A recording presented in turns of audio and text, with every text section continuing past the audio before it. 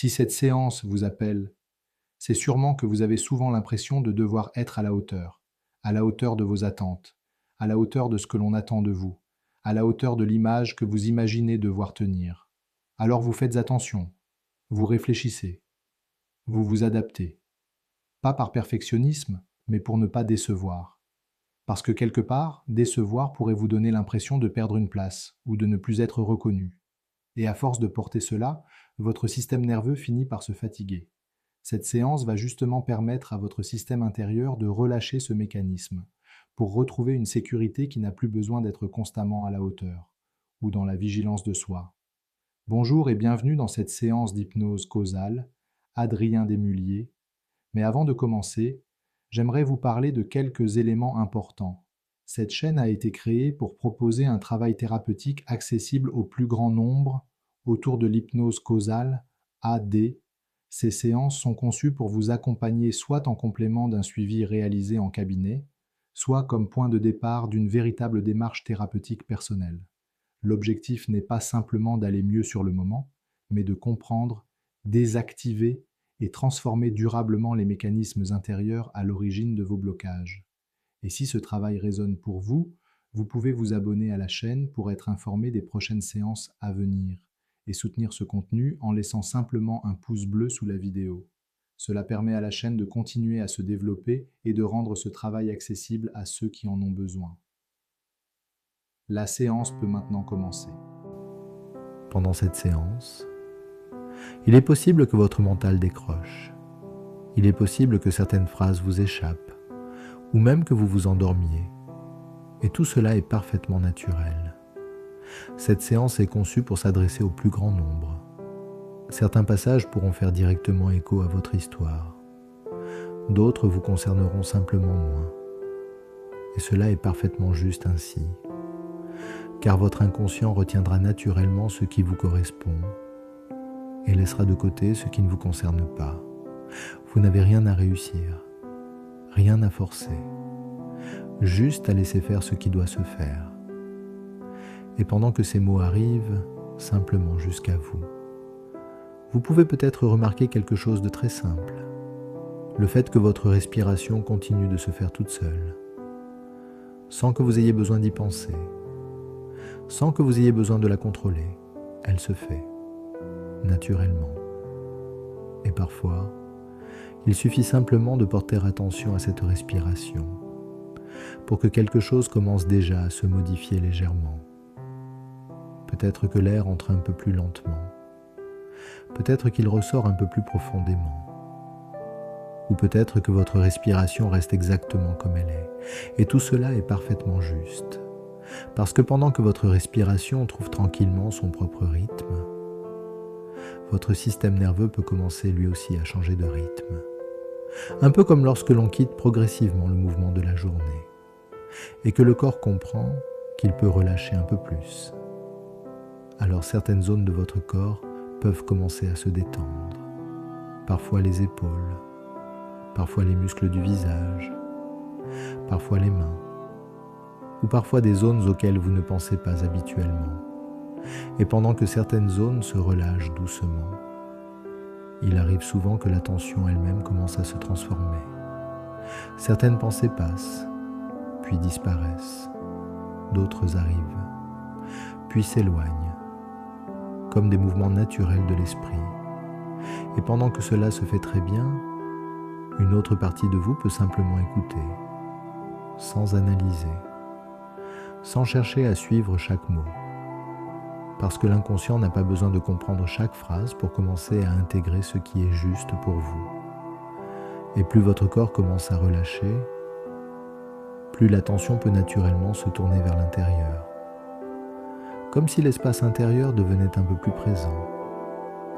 Et il arrive souvent qu'à mesure que cet espace s'ouvre tranquillement, une sensation particulière apparaisse, une sensation de calme, de ralentissement, ou parfois même une impression de profondeur intérieure, comme si votre système commençait déjà à entrer dans un état différent, un état où certaines tensions peuvent simplement se déposer, un état où votre système nerveux retrouve progressivement sa capacité naturelle de régulation, Et pendant que cet état continue de s'installer, chaque respiration peut vous amener un peu plus profondément dans cet espace intérieur, sans effort. Parce que votre système sait déjà comment faire cela. Et pendant que cet état se stabilise doucement, nous allons pouvoir commencer à aller explorer ensemble ce qui se cache derrière ce mécanisme de peur de décevoir. Alors votre attention peut simplement se poser, tandis que votre système nerveux perçoit qu'il n'a plus besoin d'être en alerte. Pas ici, pas maintenant. Relâcher n'est pas abandonner. Relâcher n'est pas perdre votre solidité. Relâcher ici, c'est se réajuster. Votre présence devient plus stable, plus dense, moins agitée. Et à partir de cet endroit, le travail peut commencer. Et maintenant, vous pouvez observer quelque chose de familier, cette attention particulière que vous portez à ce que l'on attend de vous. Faire bien, répondre correctement, être à la hauteur, ne pas créer de problèmes, ne pas déranger, ne pas décevoir. Souvent, cela se fait presque automatiquement. Vous réfléchissez avant de répondre. Vous pesez vos mots. Vous anticipez les réactions. Vous vérifiez intérieurement, est-ce que c'est juste? Est-ce que ça va convenir? Est-ce que je fais ce qu'il faut? Pas pour être parfait, mais pour éviter ce moment particulier. Le moment où quelqu'un pourrait être déçu. Parce que ce moment-là vous est inconfortable. Il crée une tension, une sensation de décalage, une impression de ne pas avoir été suffisant. Et parfois, cela reste longtemps après. Une phrase qui tourne, un regard qui revient, une sensation de j'aurais dû faire autrement. Alors votre système relationnel apprend. Il apprend à anticiper, à ajuster, à faire attention pour éviter de revivre cela. Et à force, cela est devenu un fonctionnement naturel. Faire ce qu'il faut, dire ce qu'il faut, être comme il faut, même quand personne ne l'exige réellement, même quand la situation est simple, même quand tout pourrait être plus spontané. Le système garde cette vigilance. Parce qu'il a intégré quelque chose, décevoir peut coûter. Pas forcément extérieurement, mais intérieurement. Et maintenant, regardez les causes plus visibles. Peut-être que vous avez grandi dans un environnement où l'on valorisait la réussite, où l'on faisait attention à bien faire, où l'on évitait les erreurs, où l'on attendait une certaine tenue, un certain comportement, un certain niveau. Alors naturellement, vous avez appris à faire attention, à être fiable, à ne pas décevoir. Et cela a pu devenir une qualité. On peut compter sur vous. Vous êtes sérieux, engagé, responsable. Mais derrière cette qualité, il peut y avoir une pression constante. La pression de ne pas baisser, la pression de ne pas décevoir, la pression de rester à la hauteur. Et cette pression ne vient pas toujours de l'extérieur. Souvent, elle est devenue intérieure.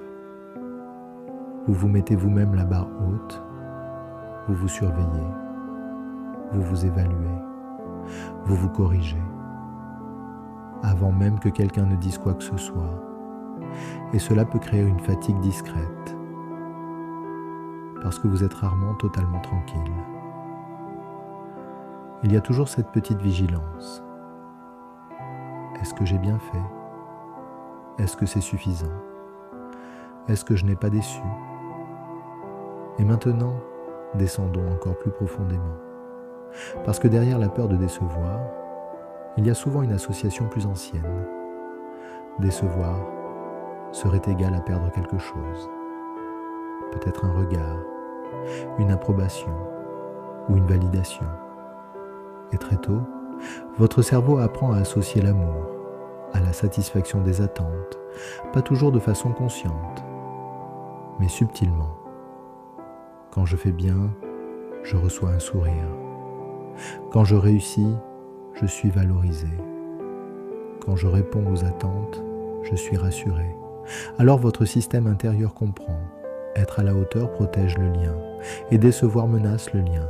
Et cette association peut rester active longtemps, même adulte, même autonome, même compétent. Votre système garde ce réflexe, ne déçoit pas, comme si la sécurité relationnelle dépendait encore de votre performance. Et parfois, cette peur de décevoir est aussi liée à une place. Une place que vous avez occupée, peut-être très tôt. Celui ou celle qui rassure, celui ou celle sur qui on peut compter, celui ou celle qui ne pose pas de problème, le sérieux, le fiable, le solide. Et cette place a pu être valorisée, elle a pu donner du sens, de la reconnaissance, une identité. Alors naturellement, vous avez continué à la tenir, sans même vous en rendre compte, parce que décevoir aurait pu donner l'impression de sortir de ce rôle, de ne plus être celui qui assure. Et quelque part, votre système nerveux préfère maintenir cette image, plutôt que de risquer le décalage. Alors il s'adapte. Encore. Il fait attention. Encore. Il ajuste. Encore. Même quand ce n'est plus nécessaire. Même quand le lien est solide. Même quand personne n'attend cela. Le système continue. Par loyauté. Par habitude. Par sécurité. Mais cette loyauté demande beaucoup d'énergie. Elle maintient une pression discrète. Toujours être à la hauteur. Toujours répondre. Toujours assurer. Et à force, cela peut devenir lourd. Pas parce que vous n'êtes pas capable, mais parce que vous n'avez plus toujours envie de porter cela. Et c'est ici que quelque chose peut changer, sans trahir, sans rompre, sans perdre le lien, simplement en relâchant cette obligation intérieure. Et maintenant, vous pouvez entendre quelque chose de différent. Vous n'avez plus besoin d'être à la hauteur en permanence pour rester accepté. Ressentez cette phrase. Vous n'avez plus besoin d'être à la hauteur en permanence pour rester accepté. Le lien ne dépend pas uniquement de votre performance. La relation ne dépend pas uniquement de votre capacité à satisfaire. Votre valeur ne dépend pas uniquement de votre réussite. Vous pouvez décevoir parfois sans disparaître. Vous pouvez ne pas être parfait sans perdre votre place. Vous pouvez faire une erreur sans perdre l'estime. Votre système intérieur commence à comprendre cela. Décevoir n'est plus une menace. C'est simplement une possibilité humaine. Et plus cette compréhension descend, plus la pression diminue. Dans votre poitrine, dans votre ventre ou dans vos épaules. La vigilance intérieure baisse. Il ne vous est plus nécessaire d'anticiper chaque réaction. Il ne vous est plus nécessaire de surveiller chaque mot. Il ne vous est plus nécessaire d'être toujours irréprochable. Vous pouvez être vous.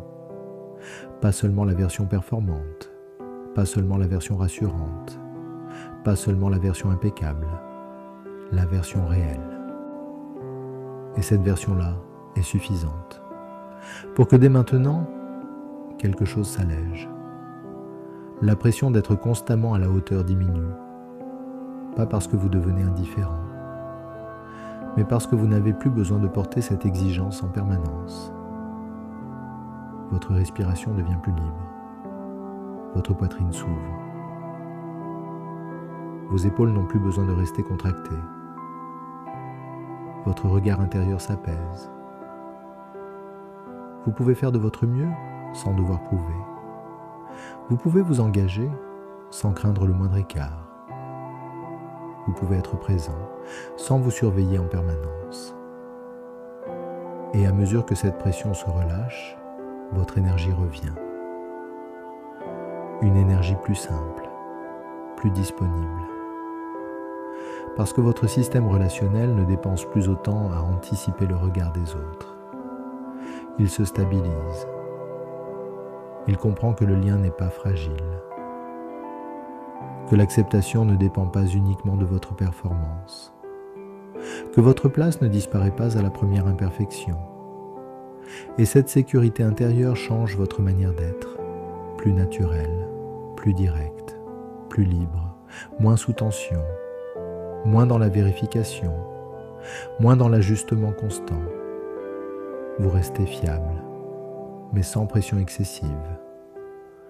Vous restez engagé, mais sans peur permanente, et cette solidité-là est beaucoup plus confortable. Cette pression n'a plus besoin d'être portée comme avant. Elle n'a plus de raison d'être et se relâche progressivement. Votre place reste là, parfaitement stable. Votre valeur reste là, parfaitement présente, sans devoir être prouvée en permanence.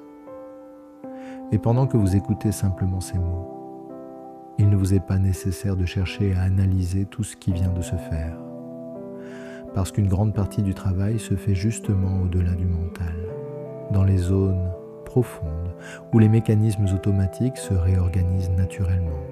Votre inconscient sait déjà reconnaître ce qui est juste pour vous. Il sait reconnaître les anciens mécanismes qui n'ont plus besoin de fonctionner. Et il sait aussi installer progressivement de nouveaux repères, plus stables, plus apaisés, plus respectueux de votre équilibre intérieur. Alors pendant que votre esprit conscient peut simplement écouter, ou parfois même décrocher un peu, votre inconscient, lui, continue tranquillement ce travail d'ajustement, comme si certaines pièces se remettaient naturellement à leur juste place, sans effort. Simplement parce que votre système retrouve progressivement son fonctionnement naturel. Et tout cela peut continuer à se faire très tranquillement dans les heures et dans les jours qui viennent. Alors votre système nerveux peut commencer à stabiliser les nouveaux repères qui viennent d'être installés. Car lorsque certains mécanismes anciens sont enfin compris, relâchés et désactivés, votre système intérieur peut naturellement apprendre une manière plus stable et plus apaisée de fonctionner. Et ce processus ne s'arrête pas à la fin de cette séance. Il continue. Dans les heures qui viennent, dans les jours qui suivent. Parce que votre inconscient va continuer à réorganiser ce qui doit l'être. Et à chaque fois que vous réécouterez cette séance, ces mécanismes de régulation pourront se renforcer. Les nouvelles associations pourront s'ancrer plus profondément. Et votre système intérieur pourra intégrer progressivement une manière plus stable et plus naturelle d'exister et de fonctionner. C'est pour cette raison qu'il peut être particulièrement utile de réécouter cette séance pendant 21 jours. Car ce rythme de répétition permet à votre système nerveux et à votre corps de consolider progressivement ces nouvelles connexions. Une véritable reprogrammation cellulaire peut alors se mettre en place. Et chaque écoute permettra simplement d'approfondir encore ce mouvement naturel de régulation. Et maintenant, il est temps de laisser votre système intérieur activer tout ce qui vient de se faire.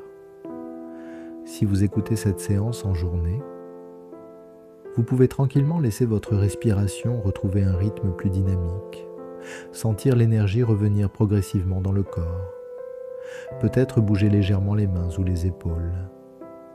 Et lorsque ce sera le bon moment pour vous ouvrir les yeux et reprendre le cours de votre journée avec un système intérieur plus stable et plus apaisé.